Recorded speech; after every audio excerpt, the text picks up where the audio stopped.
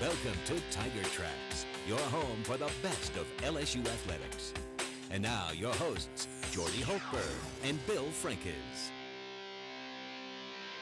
Hello, everybody, and welcome to Tiger Tracks. Happy Veterans Day, and for all of those who have served our country and given us the liberties and the freedom that we have come to enjoy, thank you so much for all that you do and all that you continue to do. Absolutely. This is the sacrifices that the veterans and the families of veterans make for the welfare of all of us. Means so much, and we greatly appreciate it. I started off with that because of the significance. Plus, I didn't want to talk about Alabama anymore. I just didn't want. It's time to move on, right? Absolutely. It's time to move on. So we're going to preview another tough opponent, Arkansas, who's won 3 of their last 4, averaging 50 points a game with a hot quarterback, 1,000-yard. It's not going to be easy in Tiger Stadium. It's always difficult because Arkansas comes the week after Alabama, and Arkansas, as you said, is one of the hottest teams in the country. Big emotional. Well, have you ever seen a play like that before? No, never. I've never seen that one. Never. That was unreal. But the reality is they're coming here with a lot of momentum and a lot of confidence. And LSU, of course, still very much in the playoff picture, number 9 in the country. A lot of football left to go, so we look forward to this weekend 6:15 kickoff in Tiger Stadium. We'll have a preview of that. LSU basketball tips off the campaign Friday against McNeese State. They start playing for real. Ricky Blanton, the former Tiger, now currently the color commentator on the LSU Sports Radio Network, will join us. We'll talk some hoops, and of course that means we'll talk a little Ben Simmons. Absolutely. Interested to find out what Ricky thinks of Ben. He had a chance to see Ben in the exhibition game last week, and of course we look forward to Friday night. And the soccer team in the NCAA tournament. Preview of that as well. Stay tight. We'll be back with Tiger Tracks.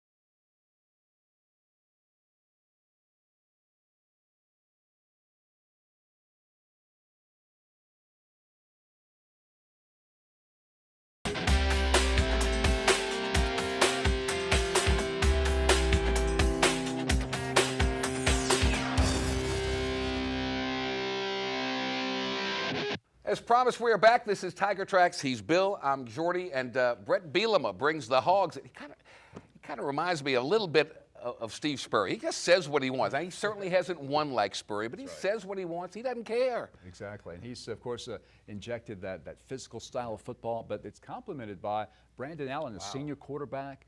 He's had a fantastic year. Alex Collins is one of the top running backs in the league. So LSU certainly will have its hands full on Saturday. Garrett Walward files this preview of LSU Arkansas. The boot. Despite a loss to top 10 Alabama, the LSU Tigers remain focused on their goal of winning a championship and will move on from one rival to another. The Arkansas Razorbacks have won 3 in a row after starting the year 2-4 and bring the SEC's second-ranked offensive attack into Tiger Stadium. Coach Miles' record after a loss is 27-2 at LSU, and he expects a great effort on Saturday. Arkansas, they've been in overtime 3 times. Brett Bielema's got them playing very well.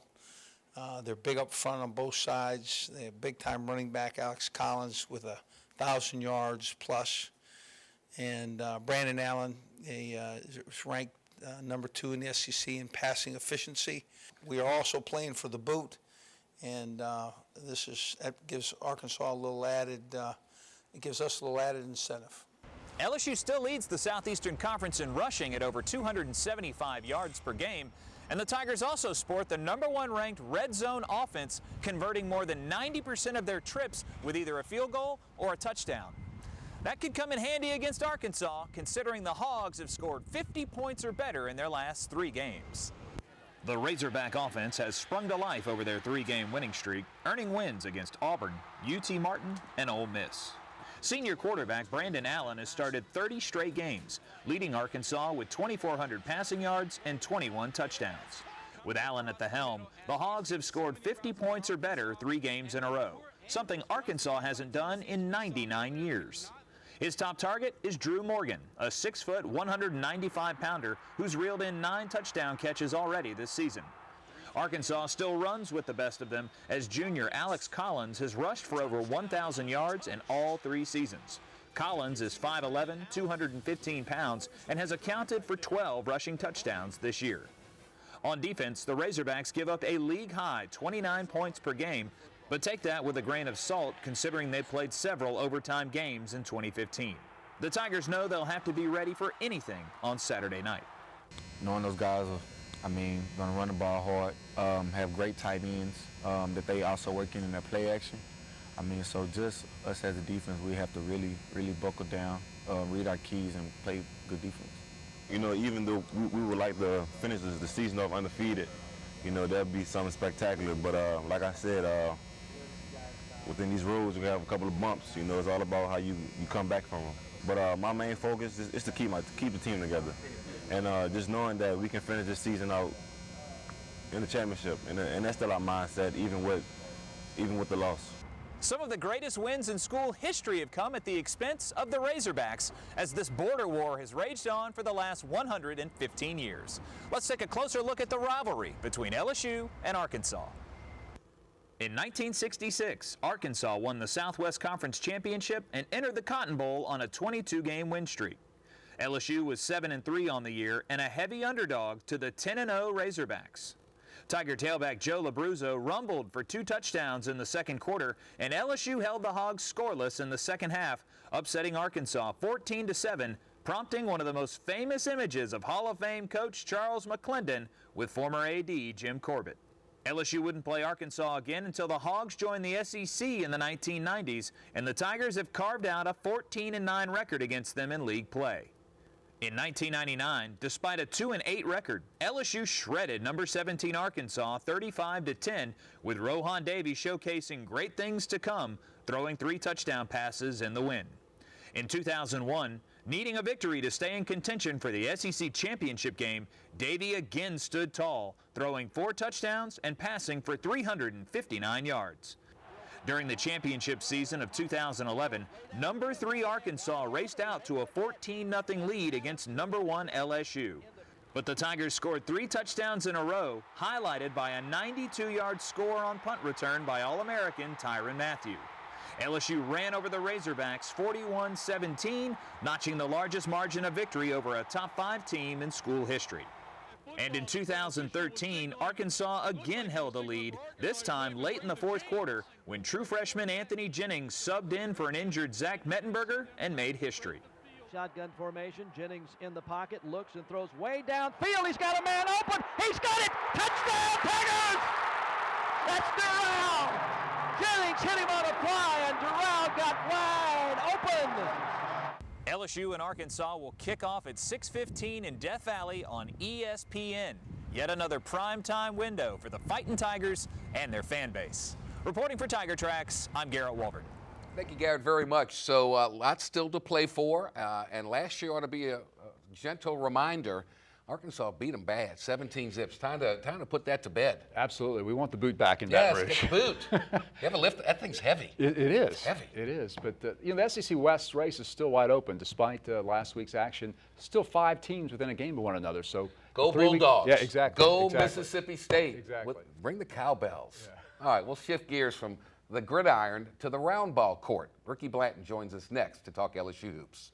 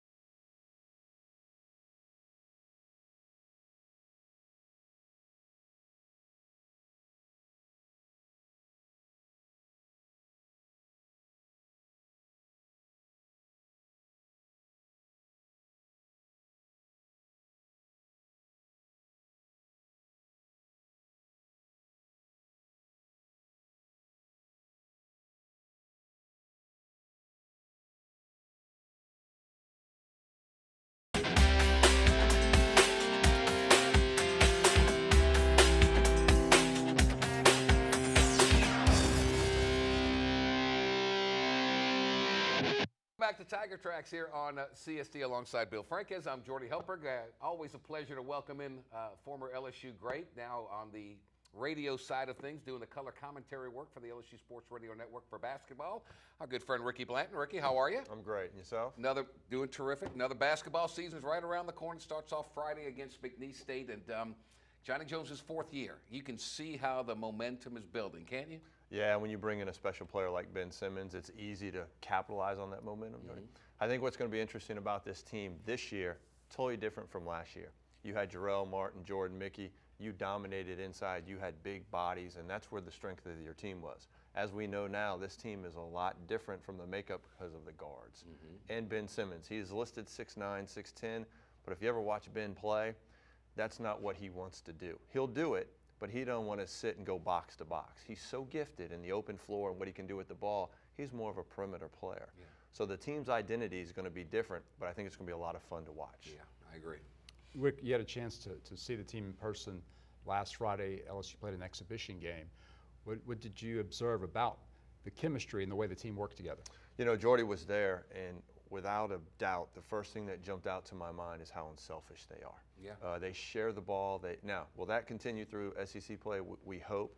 But there was a play in the first half that was hard to describe on the radio. You try to paint the picture for the audience, but the ball got skipped from one side to the other, then it got thrown out to the top, then got reversed to the other side. They made 2 or 3 extra passes, turned down a couple threes. As the year goes on, Bill, it's really hard for teams to guard when a team plays unselfish like that. Pretty basketball. I think the fans will really enjoy the extra pass, the unselfishness. Now they're just going to have to make the shots they get that are open. I was there, you're right. And the thing that stood out to me, those freshmen were undaunted. They just it's another game, another play, here we go, and let's just do our thing like we've done all our lives. And the most unheralded of the 3 freshmen to me, I love Brandon Samson's game. I think he's terrific. Yeah, you know what it is, Jordan?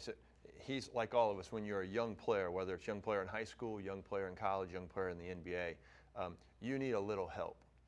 Brandon's very fortunate. He has a lot of help in Ben Simmons, because what happens is Ben attracts so much attention. A guy like Brandon Simmons, you know, his misses when he shoots a three-point shot look good. They sure do. And he has the luxury now. He's going to have a lot of wide-open shots because Ben's going to attract so much attention. Now, what's deceiving about the first go-around is you played without Keith Hornsby. You played without Craig Victor. Probably 2 starters, if not, you know, Keith for sure, but both those guys probably start or be in your top 7. Right. Little deceiving, and it may be deceiving the first 5 or 6 games you play without them, because those 2 guys are big contributors. Yeah, no doubt. And we've talked about Simmons and Samson, and the third true freshman making an impact would be Antonio Blakeney. What are some of his strengths? Yeah, what jumps out at me, not only from the exhibition, but watching him pick up in the preseason, is Blakeney's the one guy that he can kind of do it all offensively for a young player. He can shoot it, he can put it on the floor, he can read and play the screen and roll, he can play in transition. He's just not one-dimensional. A lot of these guys are either a good shooter or you're an athlete. As a young player, he's kind of polished, and he can do all that. Now, he'll adjust to the strength of the SEC, have to defend and get through screens, but offensively, he shines, and I think you'll see a lot of that, not only through the non-conference, but through the SEC as well. Ricky, we've talked about the guard perimeter play, but we know that when push comes to shove and you get in the lead and you're playing the Kentuckys and the Floridas and the Georgias, you got to have some interior play, at least to make a team worry a little bit about you. And you got to be able to protect the rim. So is this going to be center by committee this year? I think it has to be, Jordan, but I think you hit the nail on the head. The key to this team having success through the SEC is the interior play, both offensively and defensively, and not by statistics. Right. It doesn't have to be 25 points by one guy. It's going to be minutes. That's it. It's minutes. And it's, do you protect the rim? Yep. Do you box out? Do you rebound? Do you play post defense? Do you score a little bit in the post if Ben comes down and throws it to you 3 feet from the basket? So I think all those guys collectively, because last year you had that. You went out and warmed up and you said, you know what? No other team we're playing has Jarrell, Martin, and Jordan Mickey. Right. One did. It was Kentucky. Right. Nobody else did. So you dominated the game right there. You're going to have a presence around that basket this year, whoever it may be, because if you don't, you're not going to be able to beat those teams that have the big boys. And I think that's going to be the X factor. Live by the 3, die by the 3. Got to have something inside. That's right. Got to. All right, let's take a quick timeout. We'll come back. We'll continue the conversation with Ricky Blanton here on Tiger Tracks on CST. Tiger Tracks on CST is being brought to you by Capital One Bank, the official bank of all things Louisiana, and by Louisiana Propane Dealers. Get up to $1,200 in rebates on propane accessories. Find out how at louisianapropane.com.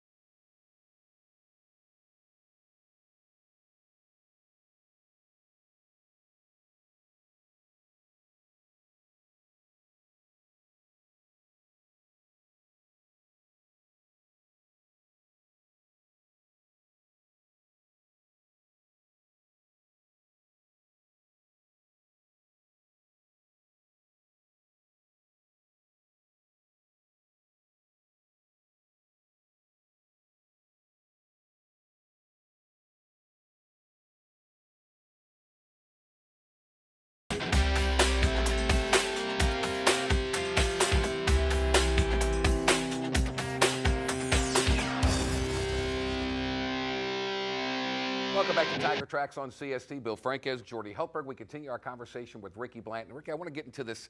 Not only are there new additions player-wise, but new additions on the staff. And Brendan Sir brings that, just to mention one, brings such a broad base of experience. How have you noticed an impact that he's made so far? Well, I think you'll see it as the year goes on. The naked eye, when you look at it, not much, right? Because it's a 30-second shot clock now. It's fast. But it's the whole approach. And I think it's just not today's practice, tomorrow's game. It's the marathon. And he comes from the NBA background where it's survival, right? The duration. Are you prepared for that? It's a journey. And I think his toughness that he's going to instill in these young guys is say, look, don't let that happen again. It happened here, happened in November. It's not going to happen in February. So he just kind of prods along, and he's got that presence about him when he talks to the kid. And maybe the kids don't remember when he was with Detroit or maybe all those years in the NBA, but they will remember when they go to Google, and then they can put it all together. Yeah. So that's what happens all the time. But I think his knowledge, and for Johnny, for Coach Jones, I think it's great because it's a resource where he can go. And when you're a little bit older like that, people say, oh, you might be too old for the game. But you know what it is? You have a presence, and you have a calming effect on the head coach. And you say, look, you know what? Maybe we can try this tomorrow. Maybe we can try this next game. So I just think his whole disposition around the group, because he doesn't have to be the yeller and the screamer. That's right. That's right. He has to be in Coach Jones's ear, and then he has to talk to the kids one-on-one. So I think from a development, he's going to be phenomenal, and that's what I've seen. Yeah. Ricky, what about the veterans on the team who are back, guys like Jalen Patterson and Aaron Epps, and we mentioned Keith Hornsby, of course. How vital is it for them to be better than they were last year? Yeah, I think they're all going to be asked to do more. I think Tim Quarterman, it starts and finishes with him because it's been established. He's going to run the point, he's going to play the point, and he's going to be your leader. From the first line of defense, first line of offense. So start with Tim Quarterman. And then I think Keith Hornsby, you know, if you've been around it, he's the guy, you know what you're going to get every day.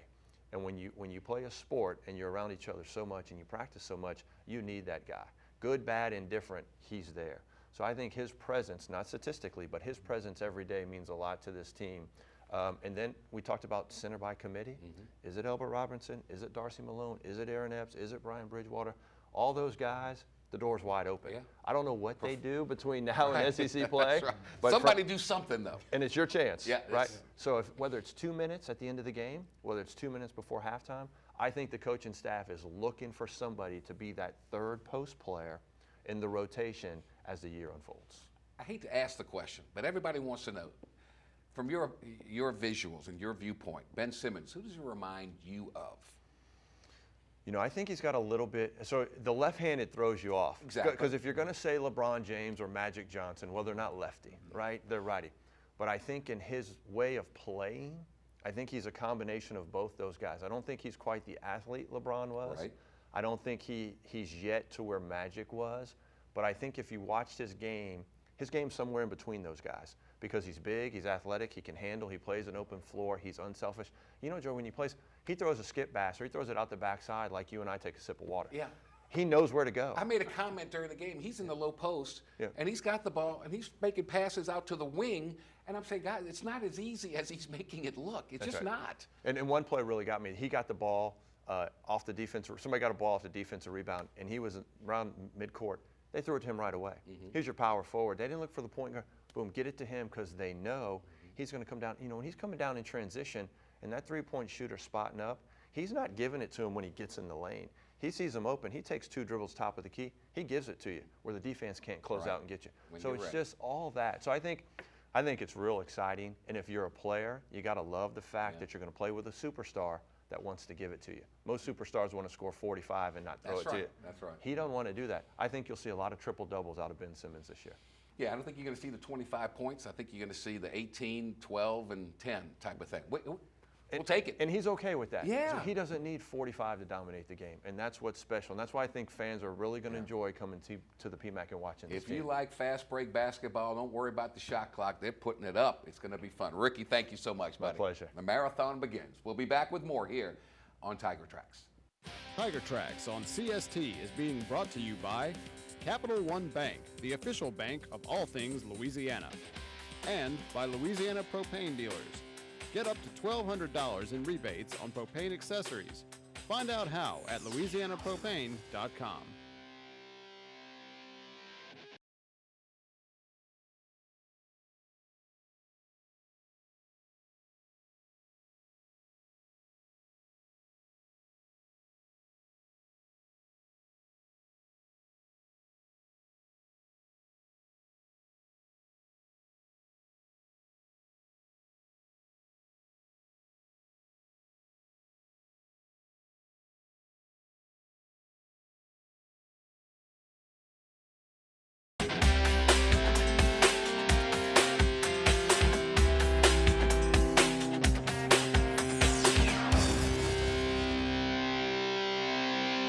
Welcome back to Tiger Tracks. It's postseason time for LSU soccer. Congratulations to Brian Lee, his staff, and all the team for making the NCAA tournament. Tigers open NCAA play on Saturday night, 7 o'clock in Mobile against South Alabama. And congratulations to Coach Lee. You know, we had him here in the studio early in the season. He told us he had a very veteran team, 9 seniors, and they would be key to LSU's success. And they've led LSU back to the tournament. Garrett Walford takes a look at this week's matchup between LSU and South Alabama. Good afternoon and welcome to the 2015 Division I Women's Soccer Selection Show. I'm your host, Will Haskett. With the postseason upon us, that means 64 teams still have a coveted opportunity to be called a national champion. LSU is next with Jordan Blanton's 15 goals this season, making top 10 in the nation. Tigers division. We talked all year that the reason we want to get here, we think it's a wonderful opportunity, and we think we've got a chance to do some things in the tournament. And certainly our first game against South Alabama is a monumental challenge. They're 16th in the RPI. The coach there, Graham, has done a fantastic job with the program over the last couple seasons, and they're a talented team with a bunch of good internationals mixed with some very athletic Americans, and they'll be a great challenge for us in the opener. I mean, we've done the work. We've put in the work for so long, and we've come together as a team for this past season. The SEC tournament also helped with that, so I think we're strong now. You know, it's different from the regular season because it's like games where you like have to win or you're done with your season. Just take that game, play our best soccer, give everything we have, and I'm sure the outcome will be positive. I would say Orange Beach was a huge turning point for our team. Obviously, coming in as a 7 seed, we had to play the play-in game, and I think getting that first win and then going on to beat Mizzou just really, helped with our confidence, helped us pick up some momentum. So I think we're in a really good spot right now as far as results and our team chemistry, and we're hoping to carry that forward into the NCAAs. One thing that we talked about at Orange Beach was we're playing for a tomorrow kind of thing. So we're not guaranteed a tomorrow unless we win today. So I think we're going to kind of carry that into the NCAA tournament because no one wants their season to be over. You always want to go as far as it can. So I think our mindset is going to be the same for this tournament. Like we're playing for a tomorrow. We're playing for one more day, one more game together. So. Well, we just got to focus on South Alabama. It's one of our mantras through the whole season is let's just try and be the best we can be today. And we've experienced kind of win or go home games against high quality opponents, so we think it'll help us be ready for this weekend. Honestly, whenever you're a freshman, at least I didn't. I didn't really know the difference between all these tournaments, what was going on. I just thought it was, you know, a normal thing. You just go through the season, you get to play in all these tournaments. And what I've realized going through all my years here is that it's really a privilege. You really have to earn it to get into postseason, and I think it means a lot more to me this year. It means everything to me this year to get into the NCAAs because we haven't been in it for this many years now, and we've put in so much effort and so much work to get here. Just couldn't be more excited. We just worked our tails off to get in, so it's just kind of, we get to breathe a little sigh of relief now that we're in, but it's like back to work to see how far we can get in this tournament. Again, congratulations to the Lady Tiger soccer team and to Brian Lee and the staff. Job well done. The Jags of South Alabama this Saturday. Looking forward to that, and of course a big weekend on the LSU campus. Friday night, 8 o'clock tip-off at the Maravich Center. Yes. A little bit later than we're used to, but the Tigers open the season against McNeese State. Come out and see Ben Simmons and Antonio Blakeney, Brandon Samson, and all the returning players. Should be a very entertaining evening at the PMAC, and of course that leads up to Saturday, 6:15 in Tiger Stadium, LSU versus Arkansas. Second to last home game of the year. Yeah. So get out there. Let's get the vibe going. Tigers still with a lot to play for, and we'll see how they turn out. Number 9 in both the coaches and the AP poll, number 9 in the ever impressive, ever important coaches college football playoff committee poll as well. But lots of games to be played. Exactly. Do you remember Go 2007? Remember how I that remember. unfolded? So I remember. anything is possible, and LSU still with a lot on the line on Saturday. Can lightning strike twice? We shall see. For Bill Frankes, I'm Jordy Helperg and the entire crew here for Tiger Tracks. We say thank you. We'll see you next time on CST. Have a great one, everybody.